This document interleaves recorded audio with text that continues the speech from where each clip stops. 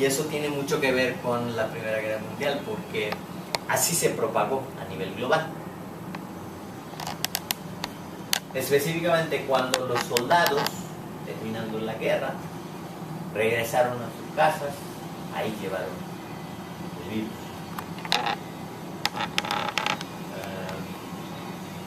Y luego hubo otros dos, pero no fue tan grave en términos de matar a la gente. La primera fue que mató un montón de gente a nivel global. Eso fue la primera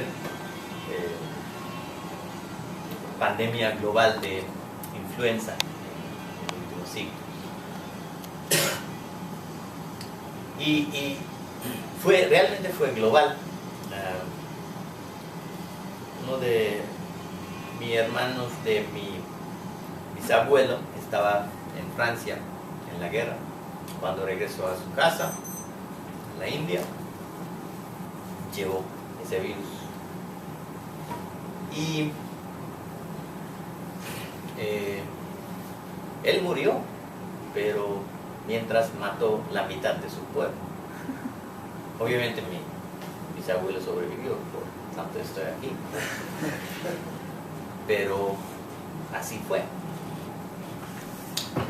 Entonces la propagación de ese virus, vemos en los últimos siglos, había sido varios, y todos no son H1N1, como ustedes ven. Pero todos son de tipo A, porque tipo A es mucho más fatal que tipo B. Normalmente tipo B no mata. En 1918-19 fue lo que mató a la gente fue que cuando agarró ese virus, básicamente empezó a generar agua en su pulmón y ahogó básicamente en su propio moco. Así murieron las personas. Y por ejemplo en la India murieron más de 10 millones de personas. Estamos hablando de una décima parte de la población actual de México. Es una cosa muy, muy grande. Y así en varios países. Y eso se llamaba influenza española. Empezó en algún lado de Europa. No sabemos realmente fue española o no, pero así es el nombre. ¿Qué hacemos en caso de un brote de este tipo? Bueno, si no hacemos una intervención, se va a subir la infección y luego se va a bajar. La idea es, si hacemos una intervención acá, tal vez, con suerte, vamos a tener una ola mucho más chiquita. Esa es la idea de tener algún tipo de intervención. Y tenemos varios modelos, normalmente modelos de ¿cómo modelamos este tipo de asunto? Normalmente modelamos a través de una ecuación diferencial o a veces un modelo estocástico. Entonces básicamente tú tienes una cadena de Markov y tú dices, bueno, hay algunas personas que agarran ese virus, se va a morir. Si muere, entonces sale de la población, o se va a curar, entonces regresa a la población. Y así podemos modelar esas cosas, y hay unas cosas estándar para modelar este tipo de asuntos. Y eso aplica no solamente de virus de influenza, sino puede aplicar en otros tipos de enfermedades también. Por ejemplo, VIH-Sida, podemos aplicar lo mismo, otros tipos de cosas contagiosas también podemos modelar.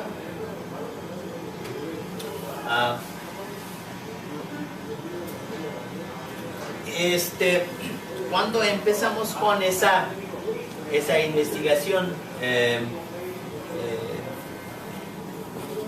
en ese momento, en finales de abril 2009, de repente cerraron el ITAM. Dijeron que la siguiente semana no habrá clase. Tal vez 2 semanas no habrá clase.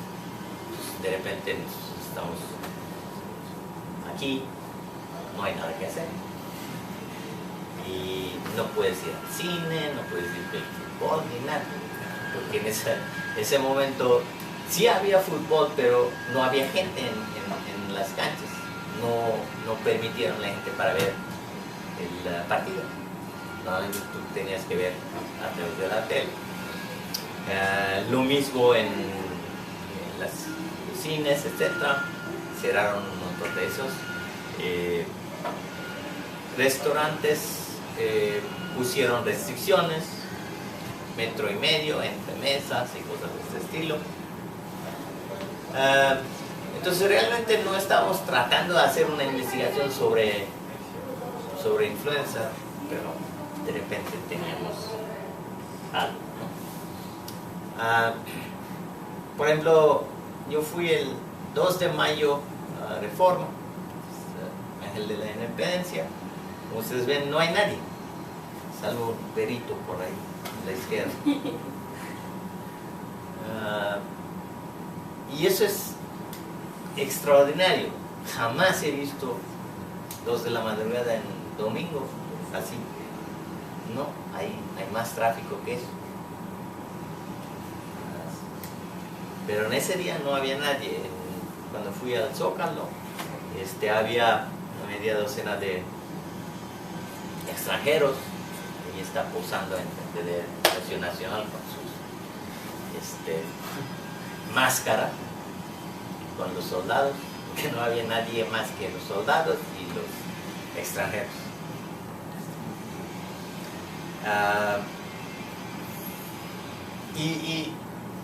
Y eso fue el panorama de exactamente qué pasó.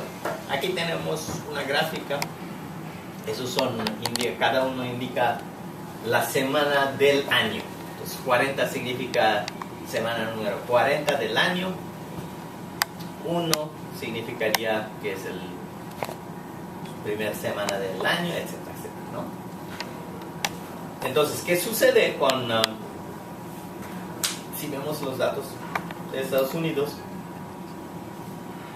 La infección en la población general crece a través del tiempo y tiene un pico más o menos al final de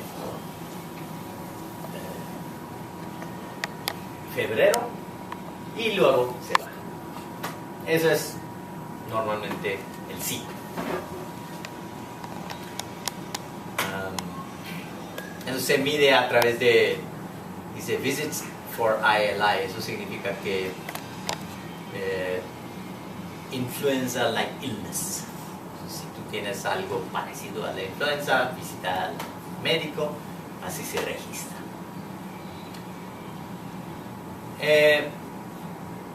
Otros son similares, salvo que si ustedes ven la parte roja, hasta aquí se va más o menos en el mismo ritmo.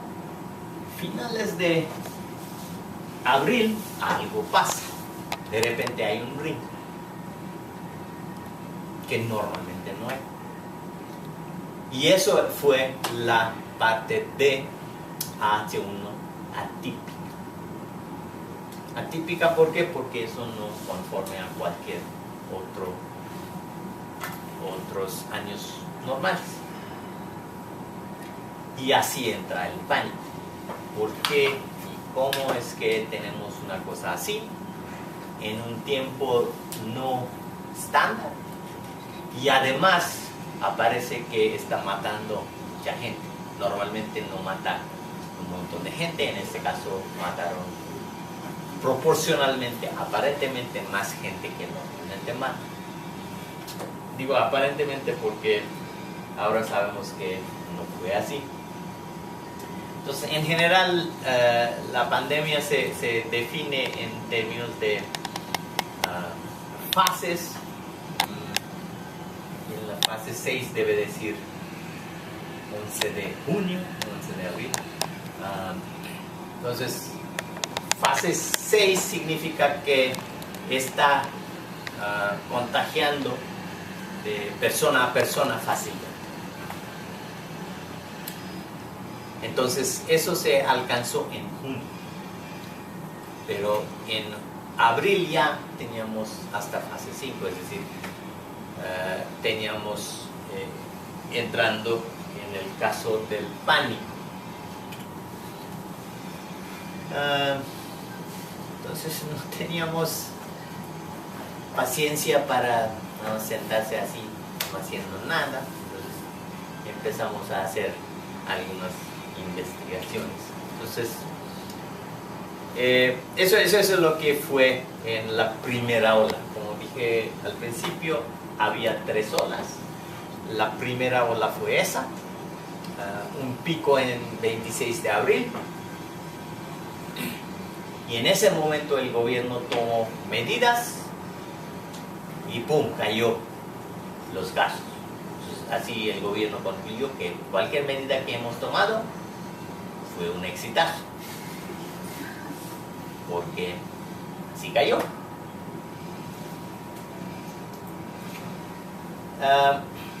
¿Qué sucede como un pánico en México? Normalmente empezamos con un terremoto, todo el mundo sale en la calle, pero en ese punto, en abril de 2009, fue al revés. Si alguien estornudó en ese momento, todo el mundo está corriendo otra vez regresando, ¿no? Eso fue que pasó en ese momento. Y cuando uno entra en pánico, bueno, uno se piensa en una forma lógica, ¿no?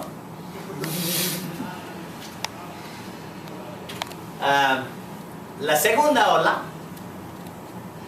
que sucedió luego fue después de la primera ola, vino otra ola. Entonces, hasta aquí la historia estaba clara, que bueno, tomamos la medida, todo entró al calma, pero de repente hubo otra ola. Y de hecho, en la segunda ola mató a más gente que la primera. Entonces, ¿qué hicieron el gobierno en ese momento? Pues nada, se salió solito. Entonces, las medidas que hemos tomado aquí fue necesario. Viendo hacia atrás, realmente no. De hecho, había una tercera ola que fue mucho más grande que la primera y la segunda. Y mató mucho más gente. ¿Qué hizo el gobierno en ese momento? Nada.